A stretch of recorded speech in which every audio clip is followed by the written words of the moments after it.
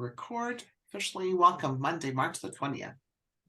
I have a few things to share, but I'm going to just start just real quick with a couple of references. So for those of you who want to, are thinking about taking some of your social media content and maybe going a bit more viral or learning a new way to do, or not even, maybe it's not new for you, but another way, possibly a new way. There's a book out there that you can buy. It can be like an online book, or I think you can buy the hard copy by Brendan Kane. Kane is the last name, and it's called 0 to 1 million followers in 30 days. So 0 to 1 million followers in 30 days.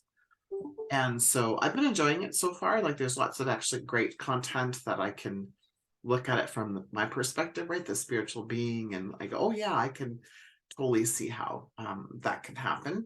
And even if you don't want 1 million followers, like if you want to increase your followers, that would be one. And the other one is, oh, so sorry, I thought I had it up. It's I bought it through Audible. I always buy first Audible, listen to it, and then if I want a hard copy. And so it's called Belonging to the Brand. And it is by, in the next channel, I don't know. I don't think it'll take you long to find it. Belonging to the Brand. Author unknown. No. Belonging to the Brand.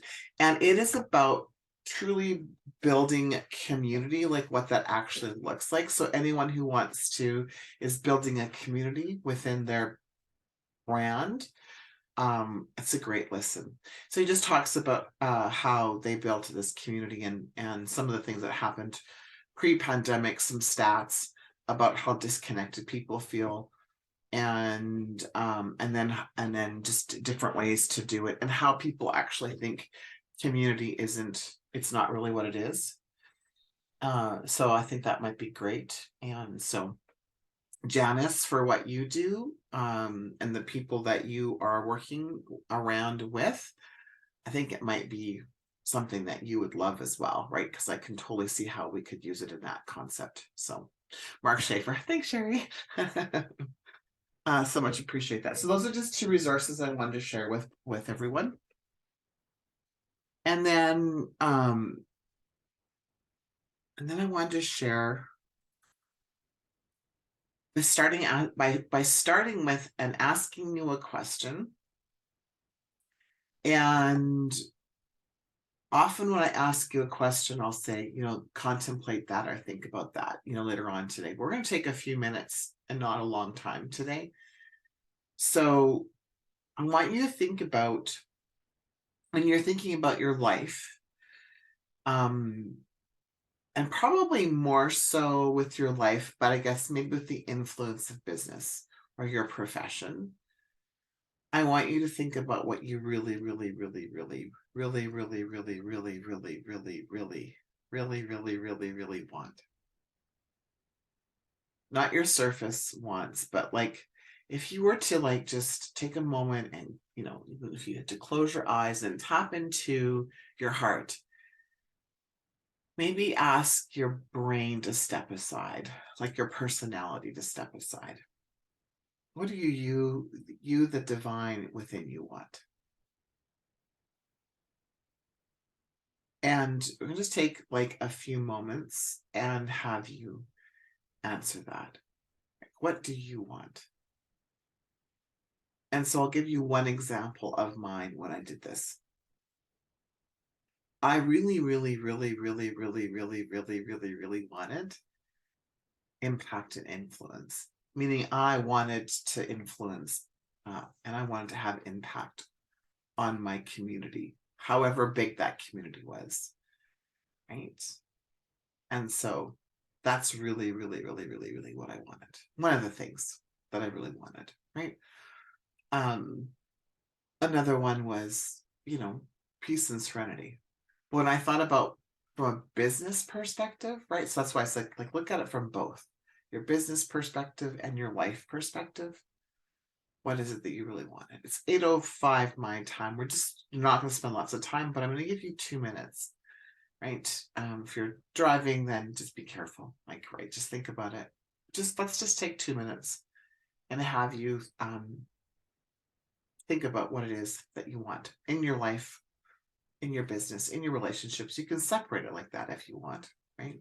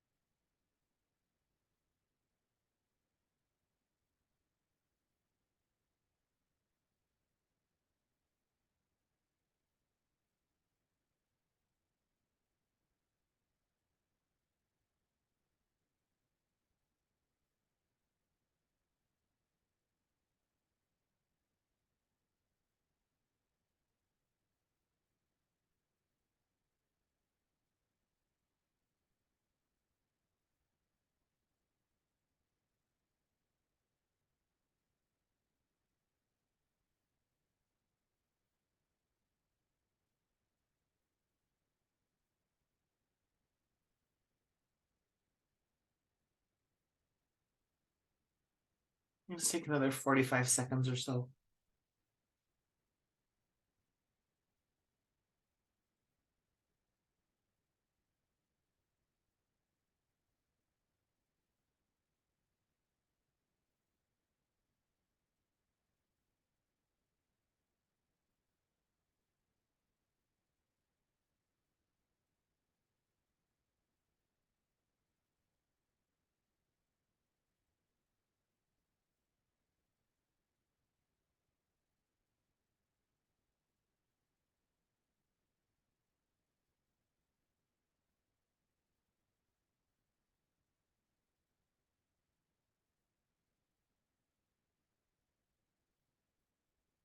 All right. And if you need to go back to this, please do. Right, because it can be an extensive list if you include all areas of your life, right? The important component of this is I think often we don't necessarily allow ourselves the opportunity to ask ourselves, like, what do we, with all of those reallys, really, really, really, really, really, really, really, really want? And so we end up limiting ourselves to what we think we can do, or what we've have experienced, um or we forget key components of it, right? Like the impact and influence piece that I shared, right? And so it can be some simple things like when I was doing this, I wrote down international speaker. Like I really, really wanted to be an international speaker as well at the time that I wrote this, right? And I wrote this list a couple years ago, and then I've since added to it as I evolve, right? And so the importance of the question, though, is that we want to release the push energy and move into even more of a, so my mentor called it the pull energy, like the come hither energy. He didn't even use the word attract. He said it was like this. It was like come to me, right?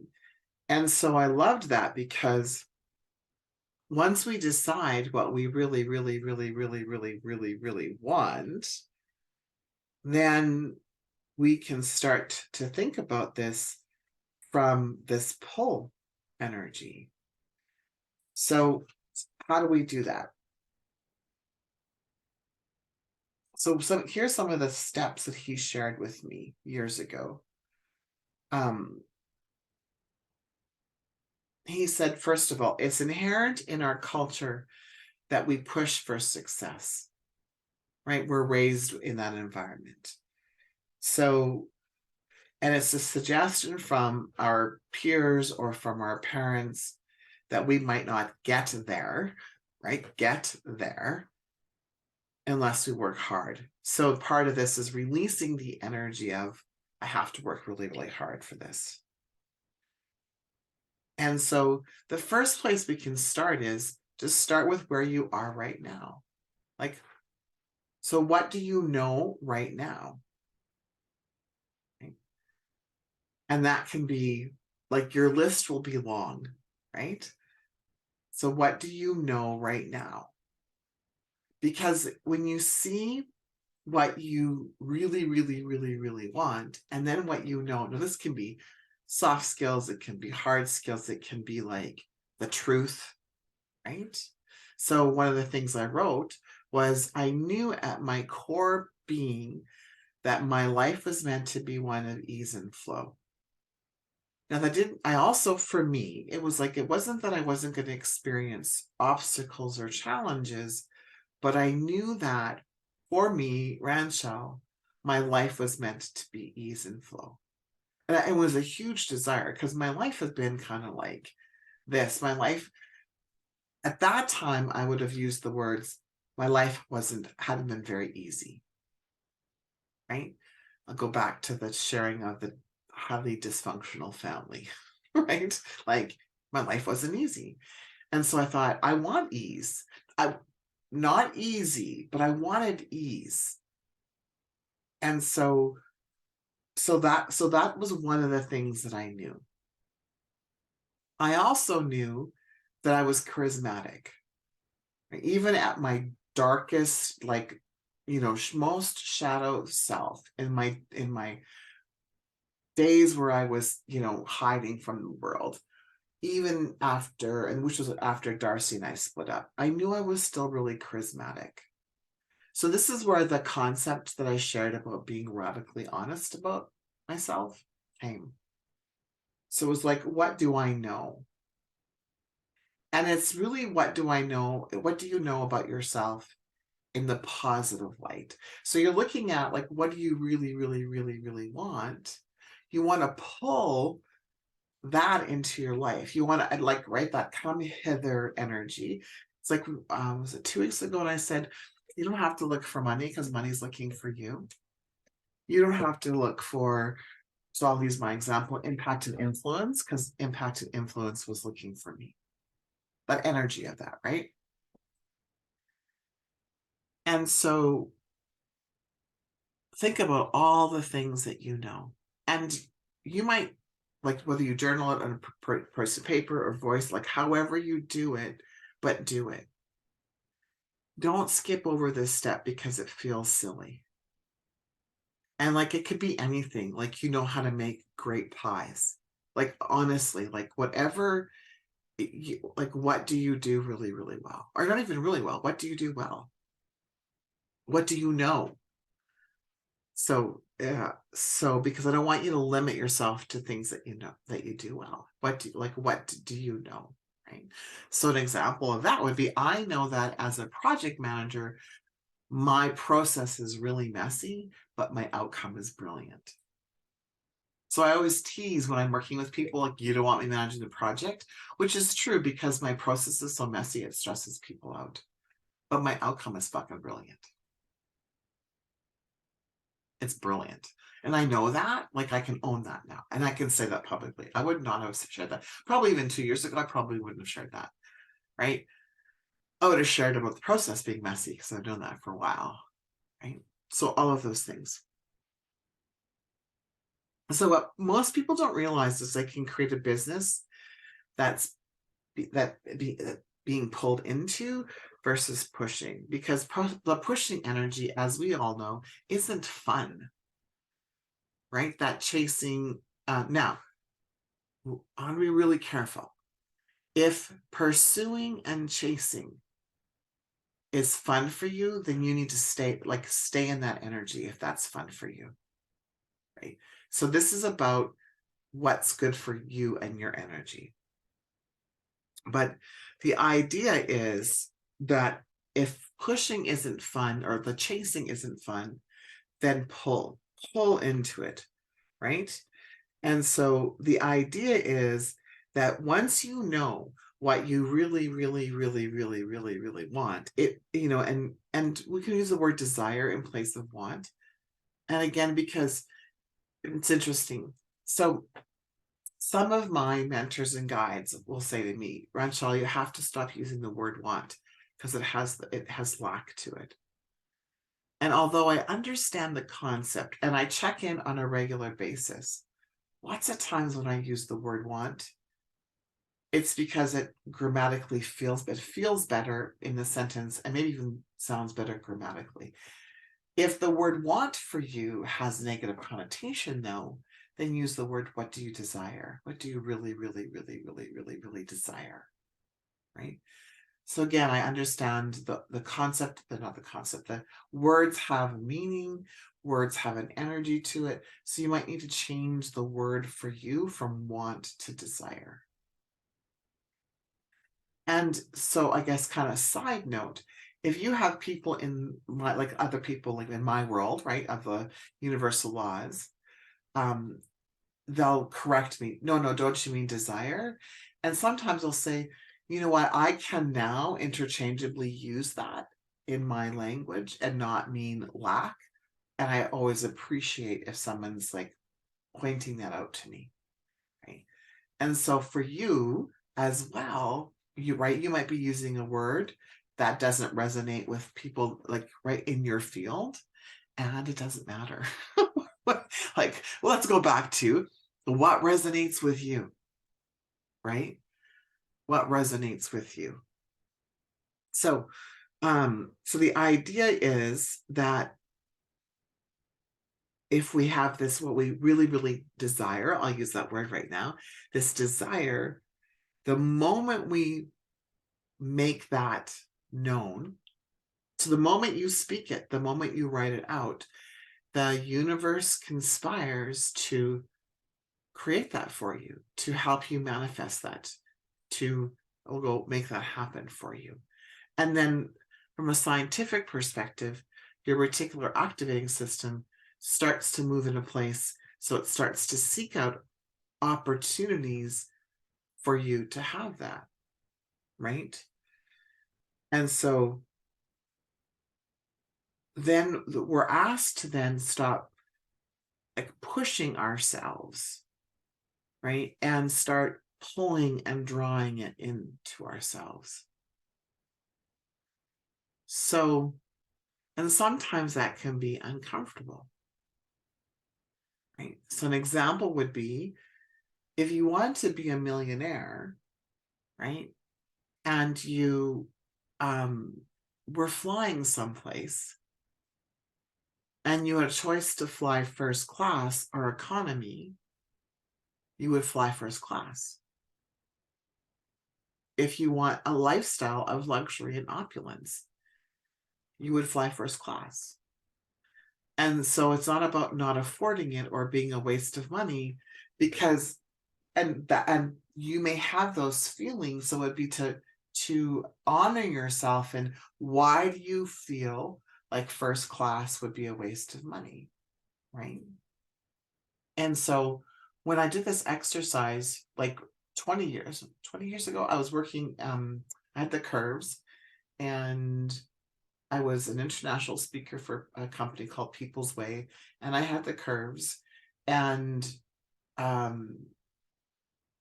the president and CEO of People's Way happened to pick me up at the airport, right?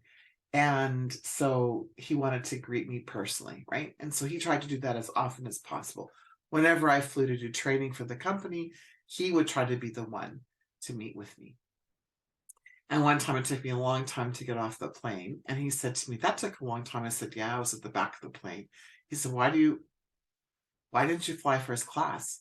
It's like, why would I fly first class? He goes, why wouldn't you fly first class? And I said to him, well, his name is Matt. Matt, it's like double the ticket. He goes, yes.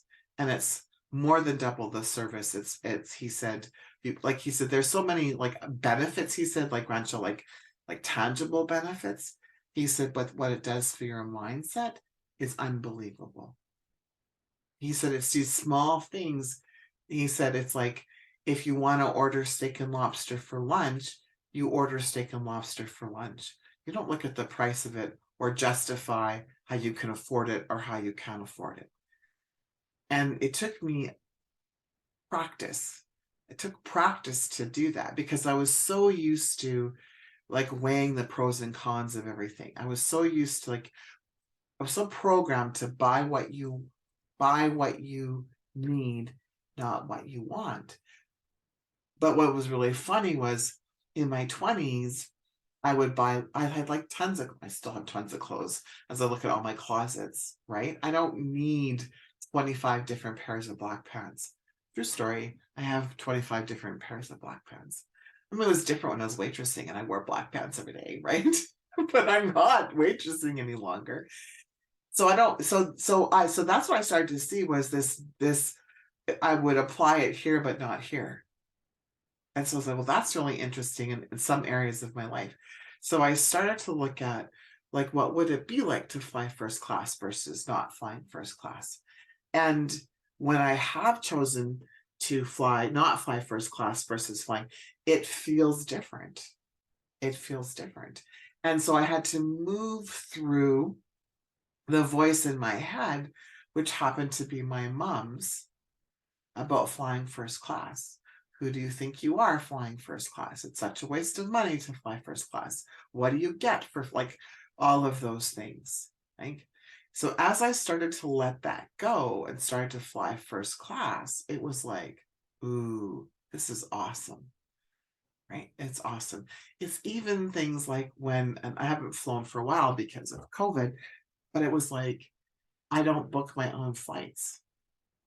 I hire a travel agent to book my own flights. It's not that much more money, but that's their like, they do that for a living, right?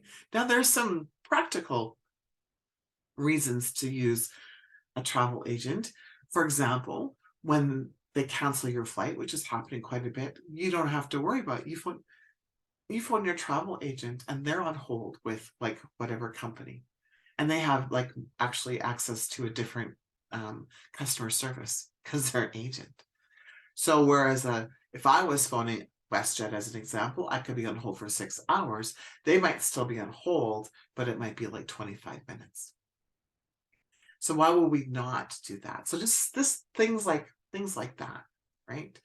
And wanting stuff like that and being okay with wanting stuff like that. So the idea of acting as if, now if flying first class is going to have you choose between buying groceries, paying your electrical bill, and flying first class, it doesn't make much sense logically, right? So it's not about putting yourself at risk financially, but it is about if you do your utmost best. Now the other piece of this is so this is what happened to me. It was like I went in, this is the language I used at that time. I went in debt. I didn't, but like it was like twice the amount of money. But it also then encouraged me to like take more action on recovering that investment. So there's this other piece that goes along with it. So first of all, we like, what do you really, really, really, really want? What do you already know? Right? And then releasing the pushing energy and moving into this pull energy, this desire, and then acting. So you act kind of as if, so what do I really, really want? One of mine was impact and influence. So I start to ask myself, like, when have I had impact and influence? And what was I doing differently, if anything at all, between then and now? And what if I acted as if I had impact and influence? What would I do? What would I do? Right? And so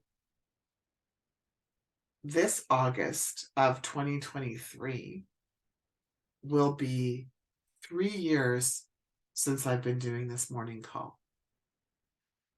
Right? And so I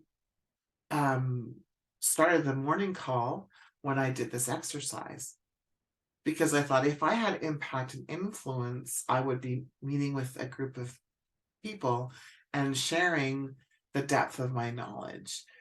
And truthfully, it was going to be for 90 days.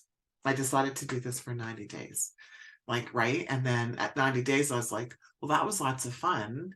And then I asked, who else wants to stay with me for 90 days? And then everyone stayed with me 9 days. And then I haven't not thought about doing this. Do it until I'm called not to, right? So that's the piece of acting as if, is acting as if I had the impact and influence. I wanted to be an international speaker. I had been an international speaker before, but I felt like I couldn't call myself that, right? So I also wanted that. So that was like, well, international speakers, what do? Well, they speak.